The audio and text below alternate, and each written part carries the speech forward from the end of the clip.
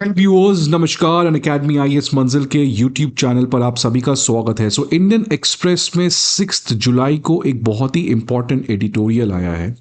ये एडिटोरियल हमारे exam point of view से काफ़ी इंपॉर्टेंट हो जाता है because this editorial has been written by a famous agricultural scientist, agricultural expert Ashok Gulati. तो इंडियन एक्सप्रेस में अशोक गुलाटी वो एक ऐसे पर्सन है जिनका एडिटोरियल बहुत ही ज़्यादा इंपॉर्टेंट हो जाता है और इनके एडिटोरियल से डायरेक्टली यूपीएससी मेंस में क्वेश्चन पूछता है।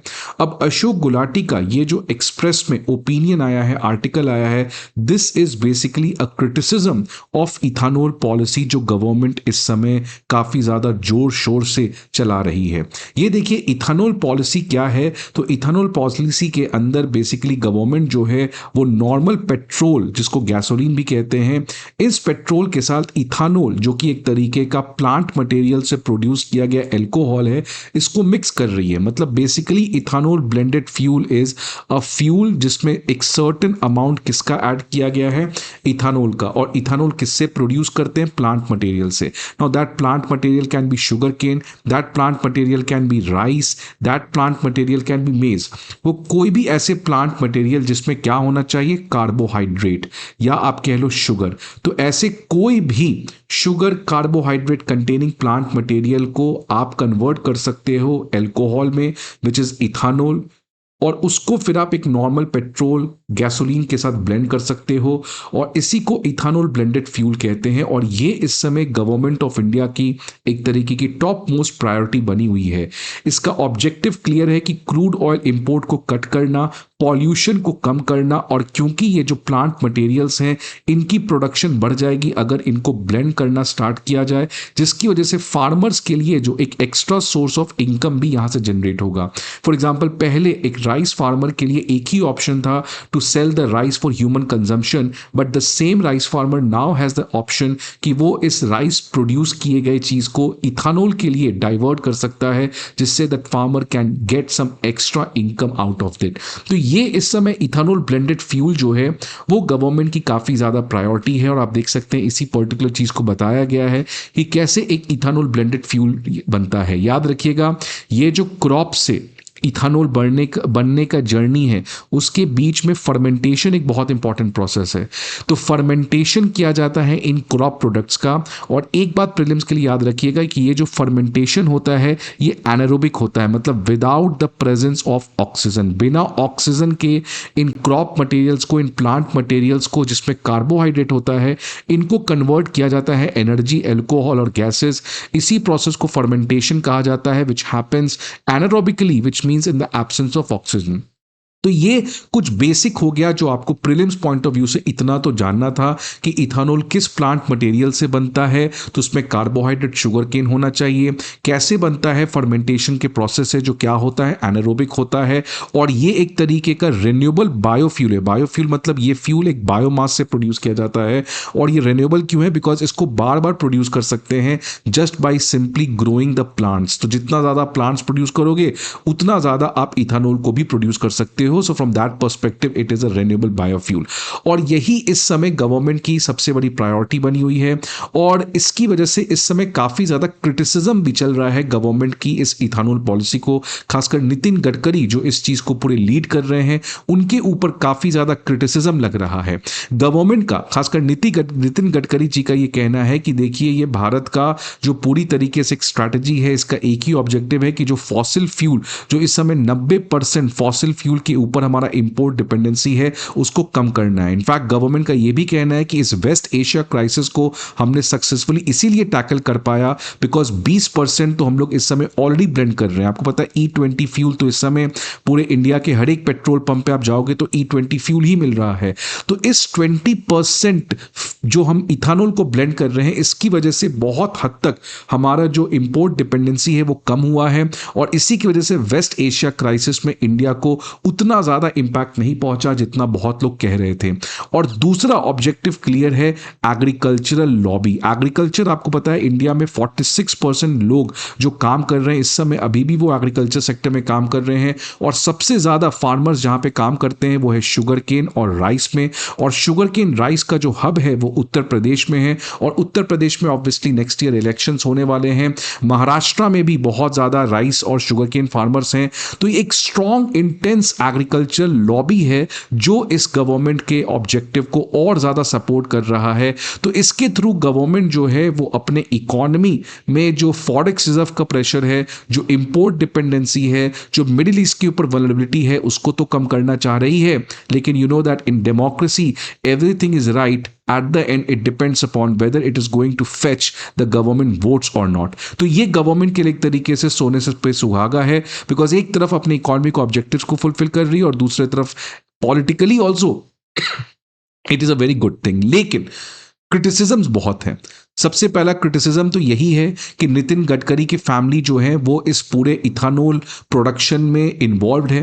तो एक कॉन्फ्लिक्ट ऑफ इंटरेस्ट का क्लियर कट यहाँ पे मेजर क्रिटिसिज्म है कि बहुत लोग कह रहे हैं कि नितिन गडकरी जी जो ये पूरा इथानॉल का एक ग्रैंड नैरेटिव बना रहे हैं उसमें उनकी ही फैमिली को एक बहुत बड़ा इकोनॉमिक गेन मिला है, बिकॉज उनकी फैमिली जो है वो इथानॉल प्रोडक्शन के बिजनेस में इन्वॉल्व है। तो ये एक बहुत इंपॉर्टेंट क्रिटिसिज्म ऑपोजिशन ने लगाया है। दूसरा क्रिटिसिज्म है कि भाई ब्राजील में 1970s के बाद से ही इथानॉल ब्लेंडेड फ्यूल को लाया गया है, और इथानॉल ब्लेंडेड फ्यूल को ब्राजील ने ग्रेजुअली इंट्रोड्यूस किया है। मतलब कभी भी ब्राजील ने किसी को फोर्स नहीं किया है कि आपको अपने गाड़ी में इथानॉल ब्लेंडेड फ्यूल ही डलवाना पड़ेगा, लेकिन इंडिया में ये सभी को इम्पोज किया जा रहा है। मतलब एक Indian has no option has no option than E20 blended fuel. मतलब आप किसी भी पेट्रोल पंप पे चले जाओ वहां पे बाय डिफॉल्ट आपको E20 ब्लेंडेड फ्यूल ही मिल रहा है। और अब तो in fact government E25, E30, E35 और E100 का भी प्लान करते हुए दिख रही है। तो ये जिस तरीके से फोर्सफुली इंपोज किया जा रहा है that is one major criticism. दूसरा, जो ऑटोमोबाइल यूजर्स हैं उनका कहना है कि माइलेज में कमी आया है और व्हीकल कंपोनेंट्स खासकर जो इंजन है उसमें भी डैमेज आया है, बिकॉज इथानॉल में वाटर कंटेंट ज्यादा होता है और इसी की वजह से कोरोजन एंड अदर प्रॉब्लम उनकी व्हीकल में देखने को मिल रहा है। इग्निशन इशू क्या है कि ठंड के मौसम में इथानॉल ब्लेंडेड फ्यूल में को इग्नाइट करना ये थोड़ा मुश्किल हो जाता है, बिकॉज इथानॉल जो है it burns at a higher temperature than petrol, और इसीलिए विंटर सीजन में E20 फ्यूल जो है वो व्हीकल यूजर्स के लिए अगेन प्रॉब्लम क्रिएट कर सकता है। और फोर्थ है कि इकोलॉजिकल कॉस्ट, बिकॉज एक तरफ आप जो है इथानॉल को यूज कर रहे हैं, आपका कहना है कि इससे हमारी इंपोर्ट के ऊपर डिपेंडेंसी कम होगी, लेकिन दूसरी तरफ एक ऑब्जेक्टिव को फुलफिल करते हुए आप दूसरी तरफ बहुत बड़ा डैमेज कर रहे हैं, वो है इकोलॉजी। बिकॉज ये जो शुगर केन है, ये जो राइस है जिसको यूज करके आप इथानॉल बना रहे हो, ये वाटर गजलिंग क्रॉप है। आप देख सकते हैं कितना मैसिव इथानॉल का जो एक तरीके का डाइवर्जन है वो ऑयल मार्केटिंग कंपनीज की तरफ हो रहा है, क्योंकि वो इसको ब्लेंड कर रहे हैं। तो ये जिस तरीके से एक मैसिव इथानॉल प्रोडक्शन है तो उसकी वजह से एक मैसिव शुगर केन और राइस की प्रोडक्शन भी बढ़ी है, और इसी का रीजन है कि आज इकोलॉजी के ऊपर बहुत बड़ा डैमेज पहुंच रहा है। आप देख सकते हैं 10,000 litres water for 1 litre of ethanol. India's fuel push to worsen the water crisis. खासकर जो शुगर केन मेज है ये बहुत ज्यादा वाटर चाहते हैं, और आज इंडिया में आपको पता है there are so many district जो वाटर क्राइसिस के प्रॉब्लम से गुजर रही है। सो द क्वेश्चन इज कि क्या इस टॉपिक के ऊपर डिबेट नहीं होना चाहिए, बिकॉज नितिन गडकरी जी से जब ये सवाल पूछा गया तो उन्होंने कह दिया कि जो भी ये सवाल पूछ रहा है कि क्या इससे इकोलॉजी डैमेज हो रहा है कि नहीं हो रहा है, वो है एंटी नेशनल। तो एंटी नेशनल तो गवर्नमेंट इस तरीके से यूज कर देती है कि लगता है कि वो किसी को बर्थडे विश कर रही है, right. So this is a serious problem that ये इतने बड़े स्केल पर जो पुश किया जा रहा है, क्यों नहीं गवर्नमेंट क्लियरली बताती है कि दैट देखिए ये जो पूरे इथानॉल प्रोडक्शन हम लोग यूज कर रहे हैं, ये जो हम लोग ब्लेंडेड फ्यूल यूज कर रहे हैं, इससे हमारा इतना फॉरेक्स रिजर्व बचा है, लेकिन it has come at a cost, because every economic gain has also a cost. तो क्यों नहीं हम कॉस्ट के ऊपर बात कर रहे हैं, और जब भी कॉस्ट के ऊपर बात कर रहे हैं तो क्यों गवर्नमेंट उसको एंटी नेशनल बोल के उस पूरे डिबेट को खत्म करना चाह रही है। So this is again a real problem which seriously puts question on whether this ethanol blended fuel का जो पूरा पॉलिसी है, क्या इसको बहुत ज्यादा जल्दबाजी में एक तरीके से पुश किया जा रहा है। इसी कॉन्टेक्स्ट में अब एक नया क्रिटिसिज्म इथानॉल ब्लेंडेड पॉलिसी का आते हुए दिख रहा है, this time by a very famous agriculture expert Ashok Gulati. Ashok Gulati ji का कहना है कि देखिए इथानॉल ब्लेंडिंग प्रोग्राम जो है वो कोई बहुत खराब आइडिया नहीं है। इनफैक्ट जो 20% ब्लेंडिंग चल रहा है इसमें एज सच कोई बहुत बड़ा व्हीकल डैमेज या एज सच कोई सिनेरियो या एज सच कोई केस स्टडी नहीं है जो क्लियरली बताए कि एक बहुत बड़ा डैमेज E20 फ्यूल से हो सकता है। लेकिन प्रॉब्लम है कि जो गवर्नमेंट ने रिसेंटली एक ऑर्डर पास किया है और गवर्नमेंट ने कहा है कि जो FCI है, जो फूड कॉरपोरेशन ऑफ इंडिया है, उसके पास जो राइस रखा हुआ है उस राइस को कंपल्सरली इथानॉल प्रोड्यूसर्स को यूज करना पड़ेगा इथानॉल को बनाने के लिए। मतलब अगर मान लीजिए आपकी एक इथानॉल बनाने वाली फैक्ट्री है तो इथानॉल, मैंने कहा है कि इथानॉल आप किसी भी प्लांट मटेरियल से बना सकते हैं जिसके पास कार्बोहाइड्रेट है, उसमें शुगर केन हो गया, उसमें मेज हो गया, उसमें राइस हो गया, राइस हो गया। गवर्नमेंट का ये ऑर्डर आया है कि जो फूड कॉरपोरेशन ऑफ इंडिया है, जो गवर्नमेंट के बिहाफ पे फार्मर से राइस प्रोक्योर करती है, क्यों करती है इसके बारे में बात करूंगा, but food corporation of India एक सेंट्रल गवर्नमेंट की एजेंसी है जो फार्मर से राइस प्रोक्योर करती है। अब फूड कॉरपोरेशन ऑफ इंडिया के पास इस समय सरप्लस राइस है, इनफैक्ट इस समय नहीं, हमेशा सरप्लस राइस रहता है, और ये राइस रखा रखा सड़ जाता है। इसी चीज के वजह से अब गवर्नमेंट ने कहा है कि जो भी इथानॉल प्रोड्यूसर्स हैं उनको एक certain amount of ethanol produce करना पड़ेगा राइस यूज करके, और वो राइस उनको FCI से प्रोक्योर करना पड़ेगा। मतलब अब जितने भी इथानॉल प्रोड्यूसर्स हैं वो इथानॉल को प्रोड्यूस कर सकते हैं शुगर केन से, मेज से, लेकिन एक सर्टेन अमाउंट ऑफ राइस उनको जरूरी है, कंपलसरी है FCI से खरीदने के लिए। गवर्नमेंट का अब ये आर्ग्यूमेंट है कि ये जो राइस FCI के पास पड़ा है, जिसको मैं डाइवर्ट करने की बात कर रहा हूं टुवर्ड्स इथानॉल प्रोडक्शन, ये ब्रोकन राइस है, ये डैमेज राइस है। तो ऐसे भी ये राइस जो है it is unfit for human consumption और ये रखा रखा सड़ जाएगा।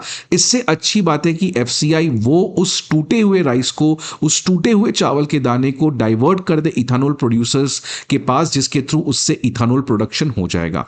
अब इस पूरे एनालिसिस, इस पूरे न्यूज को एनालाइज करेंगे कि आखिरकार अशोक गुलाटी जो हैं वो इस पर्टिकुलर इशू से या इस पर्टिकुलर न्यूज से क्यों इतना ज्यादा इनको प्रॉब्लम है, and why he has raised a very serious issue about this government policy of mandating the ethanol producers to procure a certain amount of rice from the FCI। तो इसके ऊपर क्या रीजंस हैं कि अशोक गुलाटी ने इसके ऊपर एक सीरियस चैलेंज उठाया है, इसके ऊपर आज डिटेल में बात करेंगे फ्रेंड्स। बट आगे बढ़ने के पहले एक इंपॉर्टेंट इंफॉर्मेशन, एक आपके लिए ऑफर है जो कल खत्म हो सकता है। इस ऑफर में आप देख सकते हैं कि अगर आप 18 मंथ का बैच लेते हैं तो आपको 6 मंथ का पैकेज फ्री मिलता है, और इसमें जो प्राइस है उसको भी सिग्निफिकेंटली कट डाउन किया गया है, विच मींस इफेक्टिवली 50% ऑफ पे ये दिया जा रहा है, और ये ऑफर जो है वो कल खत्म होने वाला है। इसके ऊपर if you use my code SUJ50 तो you will be eligible for further scholarship, जो आपके इस पर्टिकुलर अफोर्डेबल स्टडी को और ज्यादा अफोर्डेबल बनाने का काम करेगा। अब देखिए गवर्नमेंट ने क्यों ये मैंडेट किया है कि इथानॉल प्रोड्यूसर्स को FCI से राइस जो है वो सर्टेन अमाउंट खरीदना पड़ेगा, बिकॉज गवर्नमेंट का एक कहना है कि इससे देखिए प्रॉस्पेरिटी होगा राइस फार्मर्स को, बिकॉज राइस की खेती बढ़ेगी और जो राइस फार्मर्स हैं उनके पास अब एक नया ऑल्टरनेटिव होगा कि वो ह्यूमन कंजम्पशन के लिए राइस को बेच सकते हैं या इथानॉल प्रोडक्शन के लिए भी अपने राइस को बेच सकते हैं।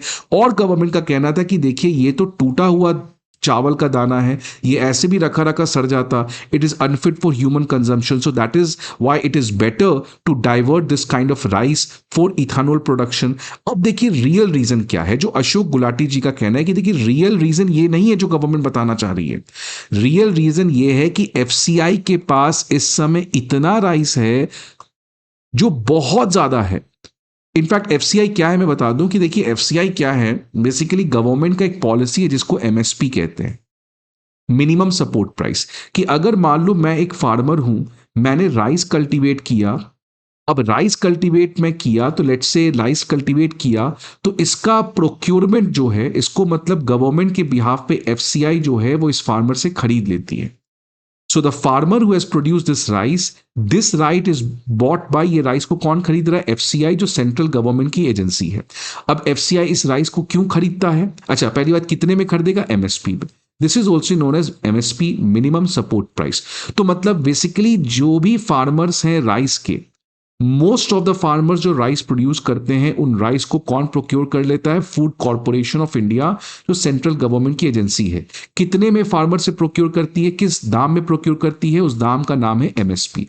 एमएसपी बेसिकली कितना होता है? 1.5 times the cost of cultivation की, जो कॉस्ट ऑफ कल्टीवेशन है फार्मर का, उसका 1.5 गुना एफसीआई जो है वो उनको दे देती है।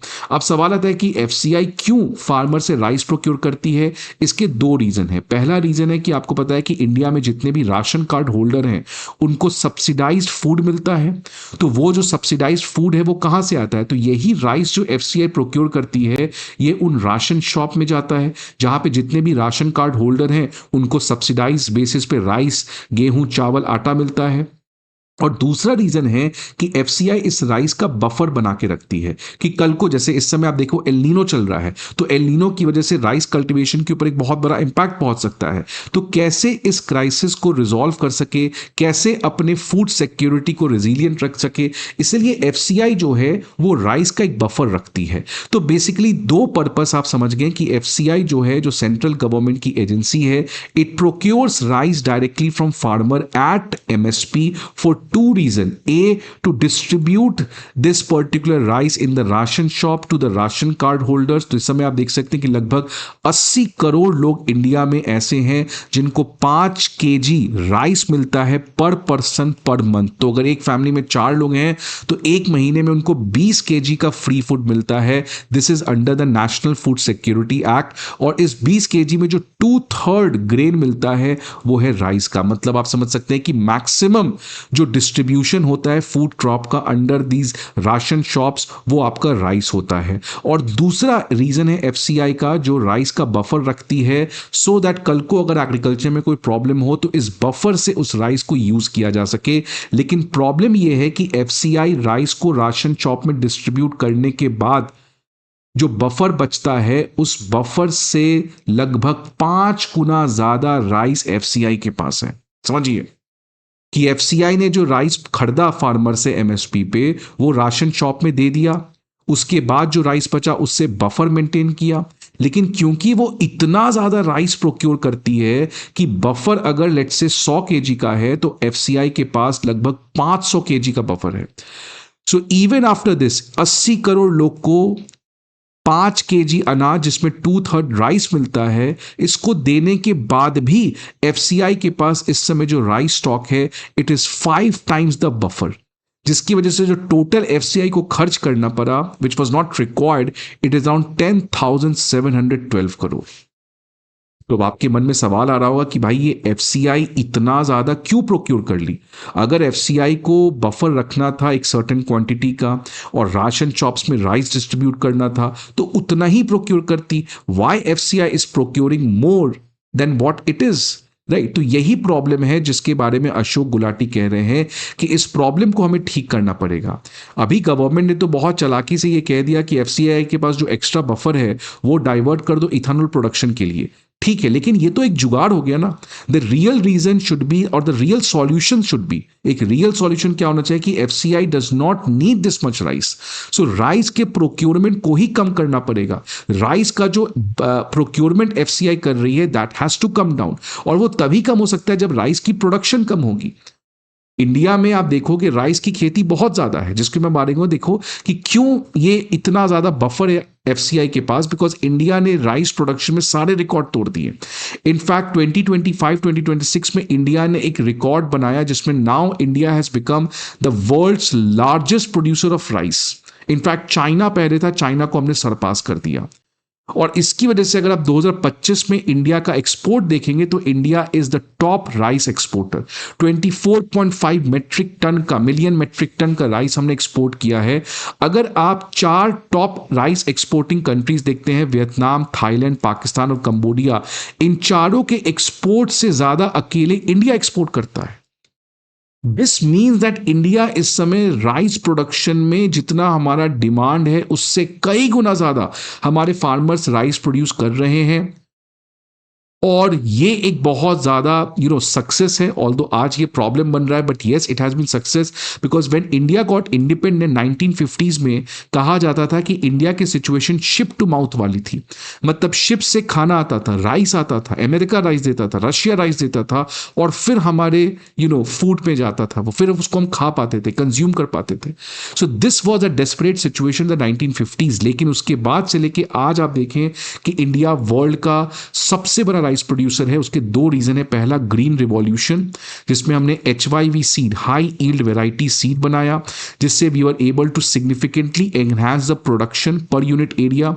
कि एक एरिया में पहले अगर 10 kg राइस हो रहा था, now with the help of some special seeds we are now able to produce 50 kg rice. तो इसकी वजह से हमारा प्रोडक्शन जो है वो शॉर्ट टर्म में काफी ज्यादा बढ़ गया। And the second reason is subsidies. Government जो है वो बहुत सब्सिडीज देती है, जिसकी वजह से आज एक फार्मर के लिए राइस कल्टीवेशन करना ये बहुत फेवरेबल है। तो ये दो रीजंस हैं जिसकी वजह से आज हम लोग एक शिप टू माउथ से सिचुएशन से बढ़कर we have become the world's largest producer of rice. Now क्यों क्यों आज क्यों इतना ज्यादा हमारा राइस का प्रोडक्शन हो रहा है? क्योंकि सवाल यही है जो अशोक गुलाटी पूछ रहे हैं कि ऐसी क्या मजबूरी हो गई कि FCI को इतना प्रोक्योर करना पड़ रहा है राइस, जो लगभग 5 गुना ज्यादा है बफर से, और उसी को जुगाड़ लगा के अब आप इथानॉल प्रोडक्शन की तरफ भेज रहे हो। तो इसका रीजन है massive rice production. Massive rice production क्यों हुआ? Because of these two things. अब इसको थोड़ा और समझते हैं। इस समय गवर्नमेंट जो है वो ओपन एंडेड प्रोक्योरमेंट फॉलो करती है विथ रिस्पेक्ट टू राइस। मतलब अगर आप एक राइस के फार्मर हो, आपने राइस प्रोड्यूस किया, तो उसको FCI आपसे बहुत चांस है कि खरीद लेगी। It will procure the rice. तो समझिए, अगर मैं दाल की खेती करता हूं और दूसरा किसान राइस की खेती करता है, तो जो दूसरा किसान राइस का कल्टीवेशन कर रहा है वो हमेशा से श्योर रहेगा कि भाई मेरी जो राइस है वो FCI मुझको MSP देके प्रोक्योर कर लेगी। लेकिन अगर मैं दाल की खेती करता हूं तो मुझे ये कभी श्योरिटी नहीं रहेगा कि ये दाल, मैं अगर 100 रुपए को खेती करके इसको प्रोड्यूस कर रहा हूं तो क्या मुझे इसको मार्केट में बेचने से 125 रुपए मिलेगा। तो द प्रॉब्लम इज, क्योंकि आज राइस आपका प्रोक्योर होने का चांस सबसे ज्यादा है, और प्रोक्योर कितने पे होगा? MSP पे होगा। जिसकी वजह से बहुत सारे ऐसे फार्मर्स हैं जो वेजिटेबल्स कल्टीवेट करते थे, पल्सेस कल्टीवेट करते थे, फ्रूट्स कल्टीवेट करते थे, वो सब छोड़ के क्या कल्टीवेट करने लग गए हैं? Rice. This has led to monocropping in our agriculture setup, कि बहुत सारे फार्मर्स जो हैं वो राइस की तरफ शिफ्ट कर गए because of this open ended procurement. Rice को प्रोक्योर करने में बहुत ज्यादा पानी चाहिए। पानी लाएंगे कहां से? ग्राउंड वाटर से। ग्राउंड वाटर का पानी निकालेंगे कैसे? तो पंप यूज करना पड़ेगा। पंप यूज करना पड़ेगा तो इलेक्ट्रिसिटी यूज करना पड़ेगा। लेकिन लगभग पावर जो है वो फ्री है, इलेक्ट्रिसिटी फ्री है, तो फार्मर्स के लिए कोई मतलब ही नहीं है। तो वो पानी निकाले जा रहे हैं अंडरग्राउंड वाटर से, कोई इलेक्ट्रिसिटी बिल देना नहीं है, जिसकी वजह से एक मैसिव ग्राउंड वाटर शॉर्टेज हो गया। इनफैक्ट पंजाब, हरियाणा, जहां पे ग्रीन रिवॉल्यूशन सबसे ज्यादा आया था, आज वहां पे मैक्सिमम ब्लॉक्स में ग्राउंड वाटर की एक सीरियस शॉर्टेज है। और फिर राइस कल्टीवेशन में आपको क्या लगता है? यूरिया, जो एक फर्टिलाइजर है। अब इस यूरिया की लगभग दाम अगर आप देखेंगे तो 2500 रुपए पर बैग है। एक बैग में 45 kg यूरिया होता है। उसकी अगर आप देखेंगे नॉर्मल प्राइस इट्स अराउंड 2500, लेकिन फार्मर्स को कितने में दिया जा रहा है? 242 रुपीज में। तो ये प्रॉब्लम है। देखिए 1960s में भारत जो है एक बहुत बड़े संकट से था। We were not able to produce rice, इसलिए इतना ज्यादा उनको मदद दिया गया कि देखो तुम प्रोड्यूस करो, चिंता मत करो, मैं प्रोक्योर कर लूंगा, तुम प्राइस की टेंशन मत लो, तुम इलेक्ट्रिसिटी की टेंशन मत लो, तुम यूरिया की टेंशन मत लो। बट क्या आज ये जरूरत है? This is what Ashok Gulati Singh, कि क्या आज भी ये जरूरी है? नहीं। आज भी आप ये सेम चीज किए जा रहे हो, और इसी की वजह से राइस की इतनी प्रोडक्शन हो गई है और FCI को प्रोक्योर करना पड़ रहा है। बिकॉज अगर प्रोक्योर नहीं करोगे तो कल इलेक्शन भी तो होना है, इलेक्शन में वो फार्मर वोट नहीं करेगा। सो ये पूरा सिस्टम जुगाड़ पे चल रहा है। That's what Ashok Gulati says, कि ये स्ट्रक्चरल रिफॉर्म नहीं है। ठीक है, आप इथानॉल ब्लेंडेड की बात कर रहे हो, सब कुछ ठीक है, लेकिन ये क्यों आपने किया कि भाई आपको राइस को FCI से प्रोक्योर करना जरूरी है? जस्ट बिकॉज FCI के पास सरप्लस राइस है? क्यों एफसीआई के पास सरप्लस राइस है? आप बंद करो एफसीआई का प्रोक्योरमेंट करना। Why is FCI procuring so much? Because जब तक ये एफसीआई प्रोक्योरमेंट करना बंद नहीं करेगी, ये फार्मर्स राइस प्रोड्यूस करते रहेंगे। और क्यों राइस प्रोड्यूस कर रहे हैं उसके रीजंस मैंने बताए। तो फिर आपके मन में आ रहा होगा, यार क्या दिक्कत है, राइस प्रोड्यूस करने दो ना, क्या प्रॉब्लम है? बिकॉज राइस प्रोडक्शन करने से बहुत प्रॉब्लम है। तो देख सकते हैं यही अशोक गुलाटी ने कहा कि जिस तरीके से आपने एक अजीब सा इंसेंटिव स्ट्रक्चर बना दिया है फार्मर्स के लिए कि राइस कल्टीवेट करो, कोई टेंशन नहीं है, इलेक्ट्रिसिटी फ्री है, यूरिया लगभग फ्री है, सब कुछ फ्री है। और अब आप उसको खत्म करने के अलावा आप क्या कर रहे हो कि ठीक है, जो राइस हमारे पास एक्स्ट्रा है उसको हम लोग इथेनॉल डिस्टिलरीज में भेज देंगे। तो ये बस आप एक एग्जिट रूट चुने हो, इससे कोई लॉन्ग टर्म में फायदा नहीं है। और देखिए क्यों अशोक गुलाटी कह रहे हैं, बिकॉज राइस प्रोडक्शन को रोकना बहुत जरूरी है। बिकॉज आप देखिए बहुत सारे प्रॉब्लम है। पहला प्रॉब्लम तो यह है कि एफसीआई जो है वो राइस को प्रोक्योर करती है 44 रुपीज पर केजी पे, लेकिन इथानॉल प्रोडक्ट प्लांट्स जो हैं, जो इथानॉल प्लांट्स हैं, उनको बेचती है 23 रुपीज पर केजी में। तो यहां पे तो एक सीरियस लॉस हो रहा है एफसीआई को, और एफसीआई सेंट्रल गवर्नमेंट की एजेंसी है, तो एक तरीके से गवर्नमेंट को यहां पे लॉस हो रहा है। दूसरा चीज देखिए, 1 केजी राइस को प्रोड्यूस करने में लगभग 4000 लीटर्स ऑफ इरिगेशन वाटर लगता है। 4000 litres of irrigation. Rice cultivation से it emits a large amount of methane which is 25 times more carbon dioxide से पोटेंट। मतलब कार्बन डाइऑक्साइड की जो ग्रीनहाउस गैस है उससे लगभग 25 गुना ज्यादा हीट एब्जॉर्ब करता है मीथेन। फिर देखिए states like Punjab and Haryana लगभग 1 हेक्टेयर में 250 केजी फर्टिलाइजर यूज करता है। और प्रॉब्लम क्या है कि ये फर्टिलाइजर में यूज क्या होता है, यूरिया, जिसमें नाइट्रोजन होता है। इसमें से कुछ नाइट्रोजन तो प्लांट यूज करता है, but most of the nitrogen waste हो जाता है, वो इन्वायरमेंट में चला जाता है इस नाइट्रस ऑक्साइड, जो 273 times more potent as a greenhouse gas है देन कार्बन डाइऑक्साइड। कुछ पानी के अंदर चला जाता है जहां पे वो नाइट्रोजन नाइट्रेट बन जाता है, और इसी से पंजाब हरियाणा में blue baby syndrome, thyroid, diabetes, increase cancer risk जैसे प्रॉब्लम बढ़ रहे हैं। So this is what Ashok Gulati saying कि देखिए राइस की प्रोडक्शन इंडिया में बहुत ज्यादा है, इतनी नहीं होनी चाहिए, और इतना हो रहा है, इसकी वजह से एफसीआई को प्रोक्योर करना पड़ रहा है। ये सिस्टम 1960 से चला आ रहा है। क्यों चला आ रहा है इसके बारे में कोई सवाल नहीं पूछ रहा है। इसको कम करना पड़ेगा। आज राइस प्रोडक्शन करने से क्या we should be happy that we are the world's largest producer? No, because rice production से आज सबको समझ में आ चुका है कि एक सीरियस वाटर शॉर्टेज है। क्यों चाइना राइस की कल्टीवेशन को कट डाउन कर रहा है? Because Chinese know that it requires a huge amount of water. So Ashok Gulati कह रहे हैं कि देखिए राइस कल्टीवेशन को कम करना होगा। कम करने के लिए जो राइस फार्मर्स को आप इतने इंसेंटिव्स दे रहे हो उसको कम करना पड़ेगा, एफसीआई के प्रोक्योरमेंट को कम करना पड़ेगा, ये सब्सिडीज को रैशनलाइज करना पड़ेगा। आज इसी की वजह से बहुत सारे प्रॉब्लम है कि इकोलॉजी डैमेज हो रहा है आपका। फार्मर्स पल्सेस, वेजिटेबल्स छोड़ के राइस प्रोक्योर कर रहा है, जिससे वजह से आज राइस की ओवर प्रोडक्शन है, लेकिन दाल का दाम बढ़ जाता है, टमाटर का दाम बढ़ जाता है। तो ये इंसेंटिव स्ट्रक्चर को बंद करो। ये नहीं कि जुगाड़ ढूंढकर 20% ये जुगाड़ ढूंढकर इथेनॉल प्रोड्यूसर्स को खरीदो कि एफसीआई के पास जो एक्स्ट्रा राइस है वो तुम खरीद लो। तो नितिन गडकरी जी को इन सवालों का आंसर देना पड़ेगा। ही कैन नॉट सिंपली से कि इथेनॉल ब्लेंडेड पॉलिसी से heavens will fall on this earth, सब कुछ बढ़िया हो जाएगा, कोई प्रॉब्लम ही नहीं है। See there are problems but we have to debate. Parliament में डिबेट नहीं हो रहा है, कोई मीडिया जर्नलिस्ट सवाल पूछता है तो आप उसको एंटी नेशनल कह दे रहे हो। तो at the end the question is कि क्या इस पॉलिसी के ऊपर डिबेट होना चाहिए कि नहीं होना चाहिए? क्या इस डिबेट में प्रो कॉन्स क्या है, इसको लेकर सहमति होना चाहिए कि नहीं होना चाहिए? अशोक गुलाटी कह रहे हैं बहुत सारे ऐसे लोग हैं जो back to back ethanol policy को फेवर कर रहे हैं। यस, ये बहुत अच्छी पॉलिसी है, बट इसके क्रिटिसिज्म्स को भी गवर्नमेंट को एड्रेस करना जरूरी है।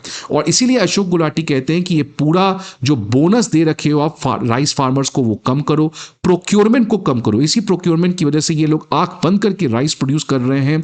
और इथेनॉल प्लांट्स को ये कंपलसरी मत करो कि उनको राइस एफसीआई से खरीदना पड़ेगा, नहीं तो फिर एफसीआई प्रोक्योरमेंट कभी बंद नहीं करेगी। और ये जो आज इंडिया में 80 करोड़ को फ्री में अनाज दे रहे हो, इसकी जरूरत नहीं है। जब खुद कह रहे हो आप पॉवर्टी कम हुआ है, so why should 80 crore people enjoy free food? देखिए इंडिया में प्रॉब्लम है, एक चीज फ्री दे दो उसको फिर कट डाउन करना बहुत मुश्किल है। यही चीज रिजर्वेशन के साथ हो रहा है, यही चीज अब इलेक्शन के पहले कैश ट्रांसफर्स किए जा रहे हैं, राइट। और ये जो फर्टिलाइजर रिलेटेड सब्सिडीज हैं ये सब कम करो, जिसकी वजह से आज एग्रीकल्चर में मोनोक्रॉपिंग हो रहा है, इकोलॉजी में डैमेज पहुंच रहा है।